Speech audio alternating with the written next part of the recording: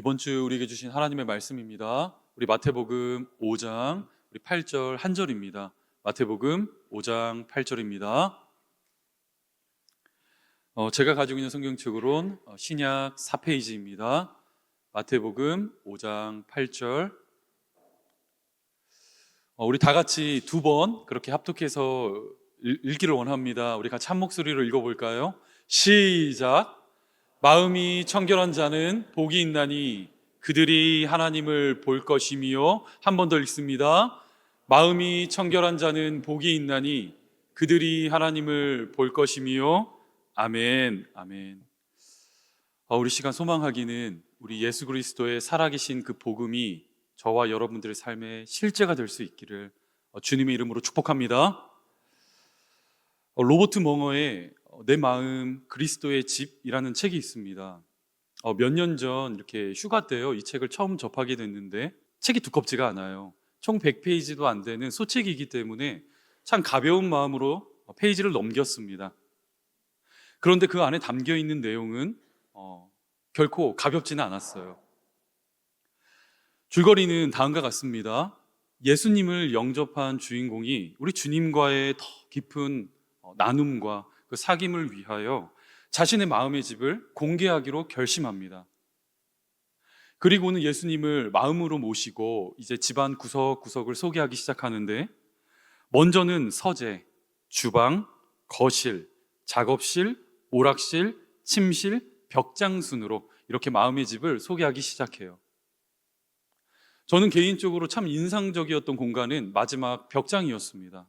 이 벽장은 주인공에게 있어서 은밀한 공간이었어요. 사람들에게 보이고 싶지 않고 예수님께 소개하고 싶지 않은 삶의 찌꺼기들이 가득한 그런 장소이기도 했습니다. 그러나 주인공은 조금의 망설임도 없이 자신의 마음의 그 공간 구석구석을 예수님께 소개하며 정리정돈하기 시작했고, 결국에는 그 깨끗해진 집의 명의를 예수님의 두 손에 넘겨드리는 것으로 책은 마무리가 되고 있었습니다. 주인공의 그 마지막 고백을 여러분 한번 들어보십시오. 자, 여기 제 존재의 모든 소유가 있습니다. 이제 당신이 집을 운영하여 주십시오. 저는 단지 심부름꾼과 친구로서 당신 곁에 있겠습니다. 그리스도께서 나의 마음속에서 모든 것의 주인으로 정착하시고 안주하기를 바랍니다. 그러니까 이 책은요, 주님의 손에 의하여 그 더러워진 나의 마음의 공간이 먼지가 털려지고 또 그렇게 깨끗하게 청소가 되어질 때 결국 성도는 그 청결한 마음을 가지고 예수 그리스도를 바라볼 것이며 그 주님과의 더 깊은 관계로 나아갈 수 있다는 이 한 가지 영적인 진리를 저와 여러분들에게 소개하고 있었습니다. 그래서 이 시간 설교를 시작하기에 앞서 여러분들께 한 가지 좀 질문을 드려보려고 해요. 과연 여러분들의 마음속에 우리 예수님 초청하셨습니까? 그 정리정돈된 그 깨끗한 마음속에 우리 예수님 살아 숨쉬고 계신 것 맞습니까? 그런 맥락에서 이번 주 저와 여러분들이 함께 살펴보실 말씀은 팔복 8개의 복 중에 6번째 주제입니다. 마음의 청결함이라는 주제를 이제 우리는 본격적으로 다루게 되는데, 지금까지 살펴보았던 그 어떤 주제들보다 참 가치롭고 중요하다, 이렇게 생각됩니다. 왜냐하면 성도의 신앙생활의 핵심은 마음에 있기 때문입니다. 그 마음이 변화되고 입술로 시인하여 구원에 이르는 것이 기독교입니다. 로마서 10장을 한번 보여주시겠어요? 우리 같이 읽겠습니다. 시작. 내가 만일 내 입으로 예수를 주로 시인하며 또 하나님께서 그를 죽은 자 가운데서 살리신 것을 내 마음에 믿으면 구원을 받으리라. 사람이 마음으로 믿어 의에 이르고 입으로 시인하여 구원에 이르느니라. 아멘. 이 땅을 살아갔던 많은 신앙의 선배님들은요, 이 지점을 주목했어요. 장로교 신학의 근간을 놓은 존 칼빈은 기독교 강요라는 그 저서를 통하여 믿음의 좌소는 사람의 머리에 있지 않고 마음에 있다, 이렇게 말했고, 또 루터는 인간의 이성은 사람의 손과 발만을 가르친다, 그러나 마음을 가르칠 수 있는 분은 하나님 뿐이시다, 이렇게 이야기하며 사람의 마음과 또 그 마음을 경영하시는 하나님의 일하심을 주목했습니다. 그뿐만이 아니에요. 우리 예수 그리스도 마찬가지입니다. 겉사람이 드러나는 그 외식을 주의하여 살피라는 가르침이 사복음서 곳곳에 등장하고 있는 것을 우리는 발견할 수가 있는데, 먼저는 마태복음 15장이에요. 입에서 나오는 것들은 마음에서 나오나니 이것이야말로 사람을 더럽게 하느니라. 마음에서 나오는 것은 악한 생각과 살인과 간음과 음란과 도둑질과 거짓 증언과 비방이니 이런 것들이 사람을 더럽게 하는 것이요, 씻지 않은 손으로 먹는 것은 사람을 더럽게 하지 못하느니라. 여러분, 지금 어떠한 말씀입니까? 우리가 일반적으로 느끼는 그 더러움, 나의 몸에 묻은 거, 여러분, 그런 것이 더러움이 아니라 예수께서 바라보신 그 더러움이란 겉으로 드러남이 아닌 그 속에 담겨 있는 상태를 말하고 있다는 것입니다. 우리 한 군데만 더 찾아볼까요? 마태복음 23장입니다. 눈먼 바리새인이여, 너는 먼저 안을 깨끗이 하라. 그리하면 겉도 깨끗하리라. 화 있을 진저 외식하는 서기관들과 바리새인들이여, 회칠한 무덤 같으니 겉으로는 아름답게 보이나 그 안에는 죽은 사람의 뼈와 모든 더러운 것이 가득하도다. 당대 최고의 신앙인이라 불렸던 서기관들과 이 바리새인들을 향한 예수님의 평가입니다. 그들을 바라볼 때 예수님의 눈에는 회칠한 무덤 같다는 거예요. 겉과 속이 다르다는 것입니다. 여러분, 혹시 회칠한 무덤이 뭔지 아시잖아요? 겉으로 딱 보았을 때 이렇게 회로 이렇게 칠해놓은 것 같아서 하얗고 깨끗해 보입니다. 그러나 그 속을 들여다본다면 그 안에는 온갖 더러움과 악행만이 가득한 그런 부정한 자라는 예수님의 엄중한 평가가 지금 주어지고 있는 거예요. 사랑하는 여러분, 이 이야기를요, 이 예수의 말씀을 그냥 남의 이야기로만 생각하시면 안 됩니다. 저와 여러분들이 이 땅을 살아갈 때에 얼마든지 회칠한 무덤과 같은 그 신앙이라는 이름을 붙들고 살아갈 수 있다는 거예요. 나이스한 말투, 공손한 태도, 또 예의 바른 행동, 이런 것들을 적재적소에 잘 사용하기만 하면 사람들에게 얼마든지 좋은 인상을 줄 수 있고 좋은 평가를 받을 수 있습니다. 그러나 문제란 무엇이냐? 사람은 속일 수 있어도 하나님은 속일 수 있다, 없다? 없다는 거예요. 그 사람의 중심을 감찰하시는 하나님께서는 사람의 마음, 그 동기, 행함, 뜻, 계획, 목적을 헤아리시며 반드시 선악간에 심판하신다는 것이 언제나 성경이 일관되게 말하고 있는 그 증언이라는 것입니다. 이 사실을 가장 잘 보여주는 대표적인 장면이 있다면 그것은 사도행전 5장일 거예요. 사도행전 5장을 보시면 아나니아와 삽비라의 이야기가, 이제 사건이 등장하고 있는데 우리 말씀 한번 확인해 볼까요? 1절부터 5절입니다. 제가 읽을게요. 아나니아라는 사람이 그의 아내 삽비라와 더불어 소유를 팔아 그 값에서 얼마를 감춤해 그 아내도 알더라. 얼마만 가져다가 사도들의 발 앞에 두니 베드로가 이르되 아나니아야, 어찌하여 사탄이 내 마음에 가득하여 내가 성령을 속이고 땅값 얼마를 감추었느냐? 땅이 그대로 있을 때에도 내 땅이 아니며 판 후에도 내 마음대로 할 수가 없더냐? 어찌하여 이 일을 내 마음에 두었느냐? 사람에게 거짓말한 것이 아니요 하나님께로다. 아나니아가 이 말을 듣고 엎드려져 혼이 떠나니 이 일을 듣는 사람이 다 크게 두려워하더라. 지금 말씀을 보시면 아나니아와 삽비라라는 사람의 이름이 등장하고 있어요. 이 모습을 이렇게 보았을 때 이 두 사람 분명 초대교회 안에서 어느 정도 영향력이 있고 실력이 검증된 하나님의 일꾼이다, 이렇게 추측할 수가 있습니다. 그런데 이 두 사람이 어느 날 하나의 이렇게 서원을 갑자기 하는 거예요. 그 서원은 무엇이냐면 이제 나의 소유를 팔아 어려운 사람들을 돕겠습니다, 교회에 이렇게 헌금하겠습니다라는 서원을 했습니다. 그리고 막상 이제 밭을 정리하고 그 값을 드리려고 하니까 어떠한 마음이 들게 되었다고요? 아까웠나 봐요. 다 드리는 것은 조금 아니라는 판단이 들었던 것 같아요. 그래서 어떠한 묘수를 부리게 되느냐? 일부는 뒤로 감춰두고 그 나머지 부분만 이렇게 사도들의 발 앞에 갖다 주며 교회에 헌금을 해요. 그러자 베드로 사도는 이 두 사람의 잘못을 공개적으로 지적하고 책망한 사건이 방금 우리가 읽은 아나니아와 삽비라의 사건입니다. 따라서 성도가 이 말씀을 딱 묵상하고요, 자신의 삶 가운데 적용할 때 어떤 포인트에 딱 꽂히게 되느냐, 정확히 이거예요. 그래, 서원이 이렇게 무서운 거야. 그냥 무턱대고 막 서원 이거 하면 안 돼. 만약 내가 과거에 서원한 것이 있다면, 지키지 못하고 잊은 것이 있다면 반드시 지금이라도 생각을 꺼내요, 그것을 지켜야만 해. 만약 지키지 않을 시 하나님의 엄중한 진노가 내 삶 가운데 임하게 될지도 몰라. 그리고는 과거에 내가 내뱉었던 서원이 무엇이 있었나, 이렇게 돌이키며 고민하게 된다는 거예요. 어떨 때는 여기서 한 걸음 더 나아가 현재 내 삶에 어려움이 있고 고난 중에 놓여 있다면, 혹시 내가 지난날 했었던 그 서원을 지키지 않았기에, 내가 놓친 것이 있기에 하나님께서 지금 나를 벌하고 있는 것은 아닌가, 이러한 지점에 저와 여러분들의 마음이 놓일 수밖에 없다는 것입니다. 이것은 목회자들에게도 마찬가지예요. 이렇게 큰 집회를 가거나 이렇게 영상을 보시면 목사님들이 나오셔서 간증을 하실 때 빠지지 않고 등장하는 단골 레퍼토리가 있습니다. 나는 과거에 목회자가 되겠다는 서원을 했음에도 불구하고 그것을 지키지 않았을 때 참 큰 어려움을 겪었습니다. 하나님께로부터 인생의 문매를 맞다가 결국 두 손 두 발 다 들고 지금 이렇게 목회자의 길을 걸어가게 되었습니다. 여러분, 이러한 고백들, 이야기 한 번쯤은 들어보셨잖아요. 어떻게 생각하십니까? 여러분, 이 이야기가 맞는 것 같으세요? 결론부터 말씀드리자면 아닙니다. 그렇지 않아요. 우리 하나님 참 좋으신 분이십니다. 자비와 인애와 긍휼이 넘치는 분이세요. 얼마나 저와 여러분들을 사랑하셨습니까?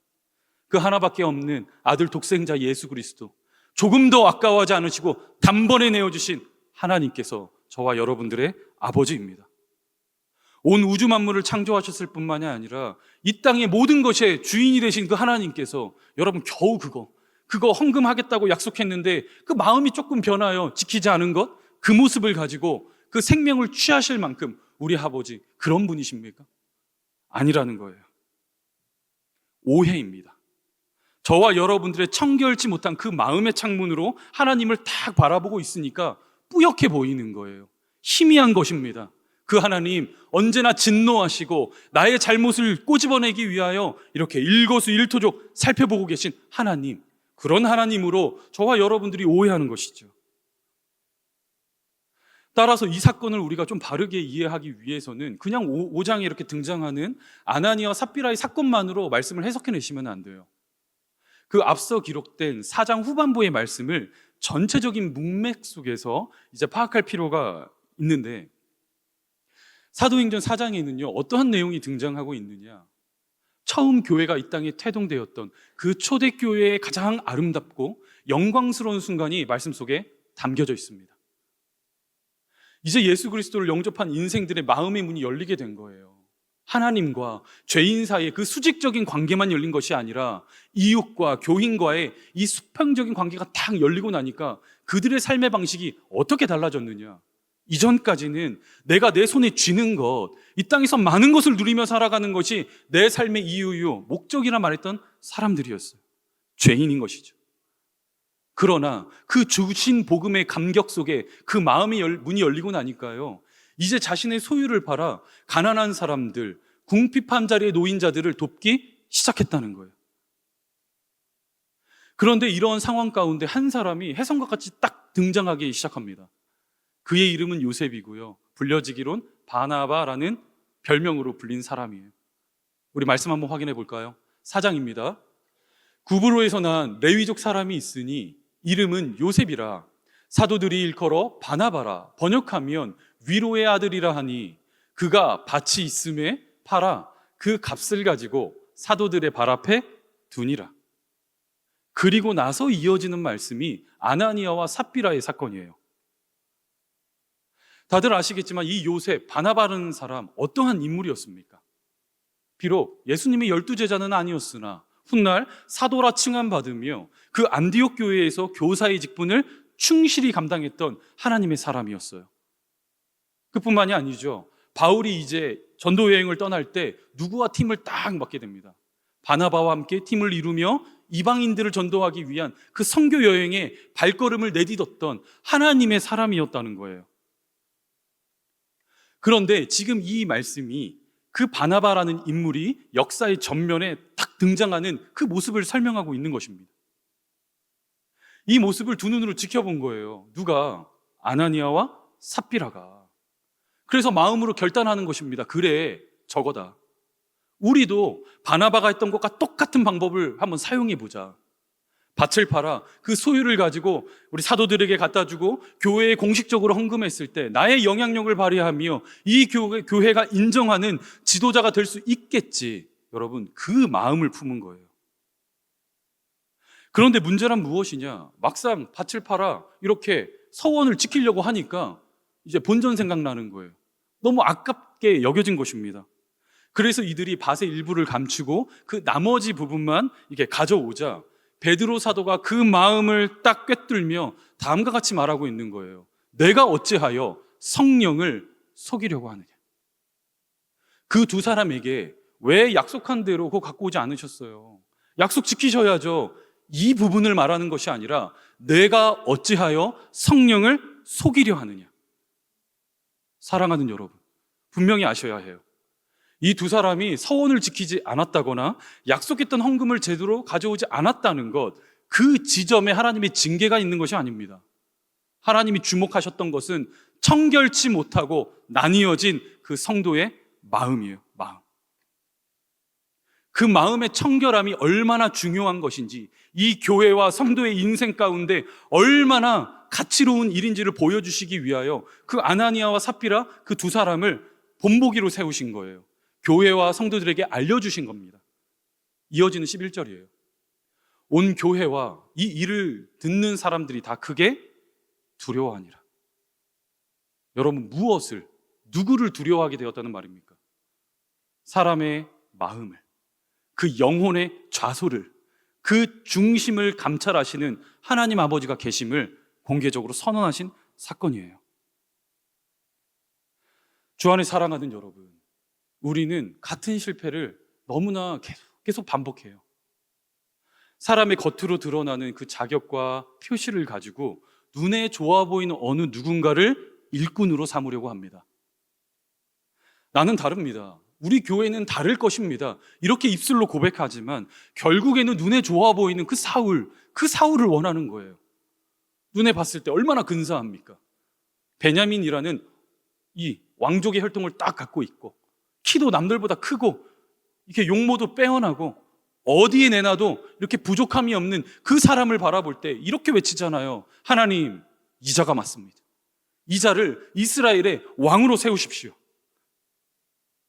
청결하지 못한 그 마음을 가지고 바라보니까 하나님의 그 마음과 뜻하심은 전혀 보이지 않으며 육신의 것만 보이는 거예요. 사람의 겉으로 드러나는 겉모습만 눈에 들어오는 것입니다.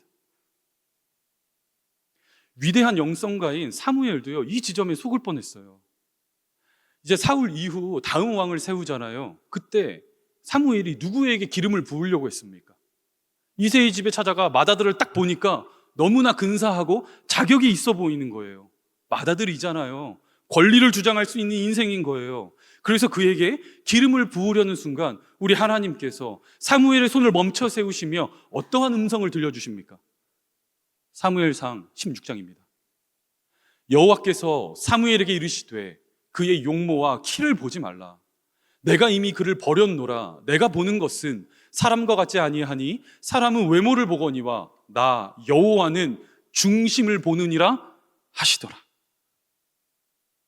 그리고는 막내에게 기름을 부어요. 아무런 보잘것이 없는, 자랑할 것이 아무것도 없는 양이나 치는 그 초원지기에게 기름을 붓습니다. 왜요? 그 이유는 무엇입니까? 하나님께는 무명하나 유명한 자, 세상에는 무명하나 하나님 앞에 유명한 자, 그 심령이 살아있어 하나님이 살아계심을 반응하는 그 심령 위에 아버지께서 구별하시며 기름을 부으셨다는 거예요. 사랑하는 여러분, 여호와를 향하여 중심이 살아있고 그 진리에 반응하는 것이 바른 신앙입니다. 우리의 전 인격적인 지성과 이성과 감성과 의지와 사람의 됨됨이의 전부인 그 마음이 하나님 앞에 발라야 그것이 진짜 바른 신앙입니다. 오늘 본문은 이 지점을요, 압축하고 압축하여 한 문장으로 우리 예수님께서 이렇게 말씀하시는 거예요. 마음이 청결한 자는 복이 있나니 그들이 하나님을 볼 것이며. 마음이 청결하다는 거, 내 마음에 그 어떤 오점도 없고 뭐 완전 무결하다, 여러분 그 지점을 말하는 것이 아닙니다. 그러한 사람은 과거에도 없었고 오늘날에도 없으며 앞으로도 없어요. 왜요? 그 모든 인생들, 어머니의 모태로부터 태어난 저와 여러분들은 그 태어날 때부터 죄의 수저를 물고 태어나기 때문이에요. 부패할 대로 부패해버린 그 죄된 본성을 붙들고 갓난아기로부터 요람에 이르기까지 살아갈 수밖에 없는 것, 그것이 죄인의 현실입니다. 예레미야 17장이에요. 만물보다 거짓되고 심히 부패한 것은 무엇이라고요? 사람의 마음이라는 거예요. 마음. 그래서 수많은 사람들이 예수 그리스도 앞에 정결하게 살아가기 위해 많은 노력들을 했어요. 많은 시도를 했습니다. 그 중에 대표적인 것이 4세기경부터 시작된 수도원 운동이에요. 수도원에 모여 그 안에 들어가 금욕적인 생활을 하고 세속으로부터 나를 분리했을 때 나는 하나님 앞에 청결한 마음을 가지고 정결하게 살아갈 수 있겠지라고 여겼다는 거예요. 이와 관련된 너무나 유명한 루터의 일화가 있잖아요. 이 루터라는 자, 종교개혁의 그 시발점을 알린 너무 훌륭한 신앙의 선배가 아니겠습니까? 그는 누구보다도 하나님 앞에 정결하게 살아가고 싶은 열망을 가진 사람이었어요. 그래서 자발적으로 수도원에 들어갑니다. 그리고 그곳에서 어떻게 살아가게 되느냐, 그 수도원 안에 놓여있는 그 돌계단이에요. 100개가 넘는 돌계단을 무릎으로 기어 올라가고 내려오고 올라가고 내려오고 이러한 고행을 합니다. 내 무릎에 멍이 들고 까져서 피가 날 때 그 나의 흘리는 피를 가지고 하나님 앞에 나는 정결함을 누리는 성도입니다, 이 사실을 믿고 싶었기 때문이에요. 여러분, 그뿐일까요? 하루를 지내다 한밤중에 지난날 고백하지 못한 죄가 생각난 거예요. 그러면 그 새벽 시간에 동료 수도사들을 찾아가 막 고해성사를 하며 그들을 괴롭혔다는 그 진술이 그 기록 속에 남아 있어요. 그렇게라도 정결한 마음을 누리고 싶었던 거예요. 그러나 문제란 무엇이냐?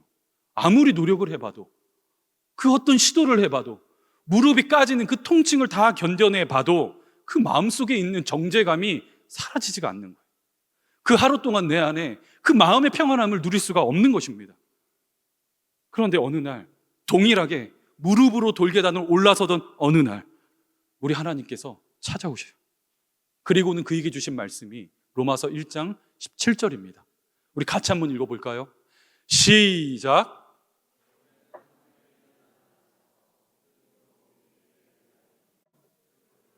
오직 의인은 믿음으로 말미암아 살리라 함과 같으니라. 이 말씀이 루터의 인생을 180도 달라지게 만든 사건이 돼요. 하나님의 말씀이 누려지는 거예요. 깨달아진 거예요. 무엇을요? 안 되는구나. 나 의인이 되고 싶었는데 나의 노력과 나의 의지와 나의 수고로 이게 되는 일이 아니구나. 오직 복음만이. 예수께서 나를 위하여 십자가 지신 그 결정적인 사건, 그 골고다 언덕에서 예수께서 하신 그 일이 나에게 복음이 되어 하나님의 공의를 만족시키는 의가 되어 내가 의인이 될 수 있는 것이구나. 그리하여 그 예수, 주께서 이루신 그 십자가 사건, 그것을 내 마음으로 믿을 때, 그분께서 나를 위하여 하신 그 일을 마음으로 믿는다면 나 같은 죄인도 하나님께 용서받는 의인으로 살아갈 수 있구나, 이 사실을 깨닫게 되었다는 거예요. 사랑하는 여러분, 이처럼 예수 그리스도로 말미암아 나의 죄와 지난 허물이 가려지고 기억되지 않는 그 방식을 따라 성도의 마음은 청결해집니다. 나의 그 죄된 심령을 붙들며 애통함 가운데 하나님께 나아가는 자는 그때마다 우리 구주 예수께서 주시는 용서의 확신을 가지고 이 땅을 살아갈 수 있다는 거예요. 이것이 성경이 말하는 그 청결한 마음입니다. 어느 누구에게도 들키고 싶지 않았습니다. 예수님에게도 보이고 싶지 않았어요. 그래서 꽁꽁 싸매고 있던 그 나의 벽장이 문을 열어 그 많은 한계와 모순에도 불구하고 오직 예수 그리스도의 십자가 보혈의 은혜를 믿고 갈망하는 자, 그 바른 중심을 사용하는 자, 그 자들에게 복이 있다는 것입니다. 어떠한 복이요? 그들이 하나님을 볼 것이며. 시편 51편을 보세요. 다윗의 시편이거든요. 그의 삶이 가장 공고했을 때 쓰여진 말씀이에요. 밧세바를 범했습니다. 넘어지지 않을 것 같았던 하나님의 사람, 믿음으로 그 적진에 그 담을 뛰어넘었던 그 하나님의 용사가 쓰러졌어요. 말할 수 없는 자괴감과 말할 수 없는 죄책감이 그의 인생 가운데 막 몰려오는 시절이었습니다. 여러분, 그런데 그 다윗의 위대함이 무엇인지 아십니까? 그가 물맷돌 가지고 골리앗을 쓰러뜨렸다? 한 나라의 왕이 되어 이스라엘을 대표하는 별이 되었다? 그 지점이 아니에요. 다윗의 진짜 위대한 점이란 그는 자신의 실패를 부끄러워하거나 숨기지 않았다는 것입니다. 그 더러운 마음의 집, 그 공간 구석구석을 예수께 고하며 하나님께 공개하며 나를 다시 정결케 하실 그 죄사함의 은혜를 간구하고 또 간구했다는 거예요. 시편 51편입니다. 하나님이여, 주의 인자를 따라 내게 은혜를 베푸시며 주의 많은 긍휼을 따라 내 죄악을 지워주소서. 내가 죄악 중에서 출생하였으며 어머니가 죄 중에서 나를 잉태하였나이다. 보소서, 주께서는 중심이 진실함을 원하시오니 내게 지혜를 은밀히 가르치시리이다. 하나님이여, 내 속에 정한 마음을 창조하시고 내 안에 정직한 영을 새롭게 하소서. 기도의 골방으로 들어간 거예요. 아무도 보지 않지만 그 속사람을 사용하는 것입니다. 그 마음을 감찰하시는 하나님 앞에 그 상하고 죄된 마음을 하나도 숨김없이 끄집어내며 아버지께 올려드릴 때에 더 이상 그의 죄를 기억하지 않으시고 가려주시는 아버지의 죄사함의 은혜를 경험하며 그의 마음의 집은 어느덧 하나님께서 거하실 만한 가장 정결한 공간으로 정리되어집니다. 그 증거가 열왕기상 1장이에요. 제가 읽어드릴게요. 다윗 왕이 나이가 많아 늙으니 이불을 덮어도 따뜻하지 아니한지라.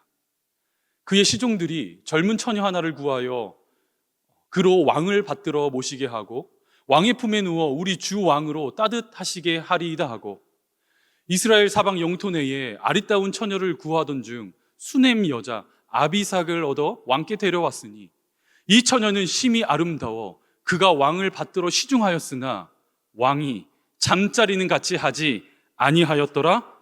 아멘.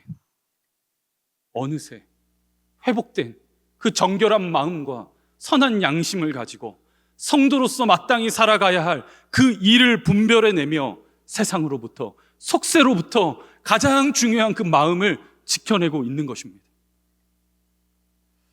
주 안에 사랑하는 여러분, 이 시간 간절히 소망하기는 우리 사랑하는 성도들, 예수를 믿을 때 마음으로 믿으셔야 합니다. 정말 이 한 센텐스 하고 싶었어요. 오늘 예수를 믿을 때 마음으로 믿으셔야 합니다.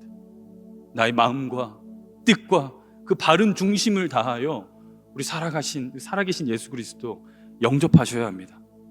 그 자리에 성도가 누려야 할 마음의 정결함이 있습니다.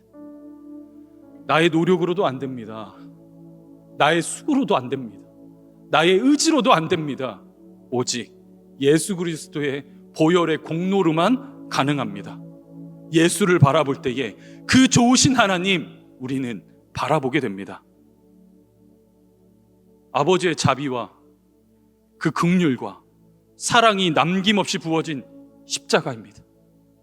나를 위하여, 나의 그 죄를 사하시기 위하여 아낌없이 그 몸 단번에 내어주신 예수 그리스도의 그 대속의 은혜가 용서의 확신으로 저와 여러분들의 심령 속에 부어지게 될 때 그 죄책감이 사라진 자리, 그 실패감이 사라진 자리, 그 정죄감이 사라진 자리, 깨끗하게 용서받은 그 자리에 성도의 마음에 청결함이 있습니다. 그래서 기대해요. 그래서 소망해봐요. 이 자리 가운데 함께 우리 성도들의 마음이 하나님을 선명하게 바라볼 수 있는 그 청결한 마음이 될 수 있기를 간절히 소망해 봅니다. 그런 우리가 그 청결한 마음을 가지고 이 자리에서뿐만이 아니라 교회의 문턱을 넘어간 한 주라는 우리들의 일상의 예배의 현장에서 청결한 마음을 가지고 우리 하나님 마음껏 누리고 이 자리 가운데 돌아와 우리 성도들 그 청결한 심령으로 하나님 예배할 때 우리 주님 영광 받지 않으시겠습니까? 그 모습을 보고 싶어. 그런 교회가 되기를 원해요. 이 캘거리 제자 삼는 교회 앞으로 해야 할 일 너무 많죠. 일꾼들도 선출해야 하고 성전 이전도 준비해야 하고 목장도 세워야 하고 해야 할 일이 너무 많지만 일이 중심이 아니라 저와 여러분들 그 한 존재가 하나님 앞에 그 바른 중심을 사용하며 하나님의 음성에 민감하게 반응할 수 있는 그 청결한 마음, 나의 마음의 창, 하나님의 살아계심을 마땅히 바라보고 또 바라보며 오늘 이 하루를 주신 마음으로 믿음으로 살아가겠다 고백하는 그 성도 우리가 되어야 하지 않겠습니까? 그분의 손에 의해 먼지가 털려나가고 어지러웠던 마음의 공간들이 정돈되어지며 깨끗하게 닦인 그 마음의 창문을 통하여 우리 좋으신 하나님 마음껏 바라보고 마음껏 누리는 우리 사랑하는 모든 권속들이 될 수 있기를 주님의 이름으로 간절히 축복합니다. 간절히 축복합니다. 우리 이 시간 함께 찬양하시며 우리 기도의 자리에 나아가길 원하는데요, 우리 모두의 입술의 고백과 마음의 묵상이 되기를 원해요. 주님, 주만 바라보겠나이다. 가망성이 없는 내가 아니라 가능케 하시는 예수 그리스도의 보혈의 은혜만 바라보며 청결한 마음과 그 양심을 가지고 우리 하나님 바라보며 살아가겠습니다. 이 고백 찬양으로 올려드리길 원합니다. 오늘도 그 부패할 대로 부패해버린 죄인의 심령 속에 예수 그리스도의 그 십자가 바라보게 하시며 나를 위하여 그 대속의 피를 흘리신 그 예수의 죽음의 사건이 의가 되게 하시며 그 하나님과 끊어진 관계를 잇대시며 그 예수로 말미암아 청결한 양심과 마음을 붙들고 살아가게 하실 하나님을 기대합니다. 성령 하나님, 이 자리 가운데 임재하시고 이미 성도들의 마음속에 내주 역사하시는 아버지여, 거룩의 영을 따라 그 지시하심을 따라 힘 닿는 데까지 그렇게 우리 주님 사랑하는 많은 성도들이 이 교회 가운데 길러줄 수 있도록 하나님 은혜의 은혜를 허락하여 주옵소서. 마음이 청결한 자에게 복이 있나니 그들이 하나님을 볼 것이며, 주님, 이 땅을 살아가는 나의 이야기가 되게 하시고 주님의 뜻과 그분의 계획과 그 음성을 구할 때에 먼저 나의 마음을 청결케 하실 아버지의 손길에 붙들려 바른 것을 말하고 바른 것을 분별해내는 우리 사랑하는 모든 권속들 다 되게 하여 주옵소서. 아버지, 기대합니다. 이 교회 가운데에 그 맑은 눈으로 마음의 창문을 통하여 우리 좋으신 하나님 누리며 살아가는 성도들이 마음껏 길러줄 수 있기를 원합니다. 그 영안을 가지고 하나님을 바라보며 그 영혼의 심중에 있는 그 아픔을 들여다볼 수 있는 하나님의 사람이 이 교회의 일꾼으로 세워질 수 있도록 주여 은혜를 허락하여 주옵소서. 보여지는 자격과 그 표시가 누군가를 지목하는 우리의 근거가 되지 않게 하시고 나를 도우시고 그 앞길을 인도하시는, 영을 뜨게 하시는 그 성령 하나님의 인도하심 가운데 이 교회 안전한 우리 구원의 방주 되게 하여 주옵소서. 하나님, 이 자리 가운데에 그 마음이 공고한 자들이 있습니다. 마음에 힘이 필요한 자들이 있습니다. 그 마음으로 우리 살아계신 예수 그리스도 마음껏 누리고 싶으나 뜻처럼 잘 되지 않아 실족하고 낙심한 인생들이 있습니다. 주님, 위로하여 주시고 그 마음에 힘을 허락하여 주시고 예수 보혈의 힘으로 뛰어넘는 우리 사랑하는 권속들 다 되게 하여 주옵소서. 그렇게 살아가게 하실 하나님의 은혜를 기대하옵고 이 모든 말씀 살아계신 예수님의 이름으로 기도하옵나이다. 아멘.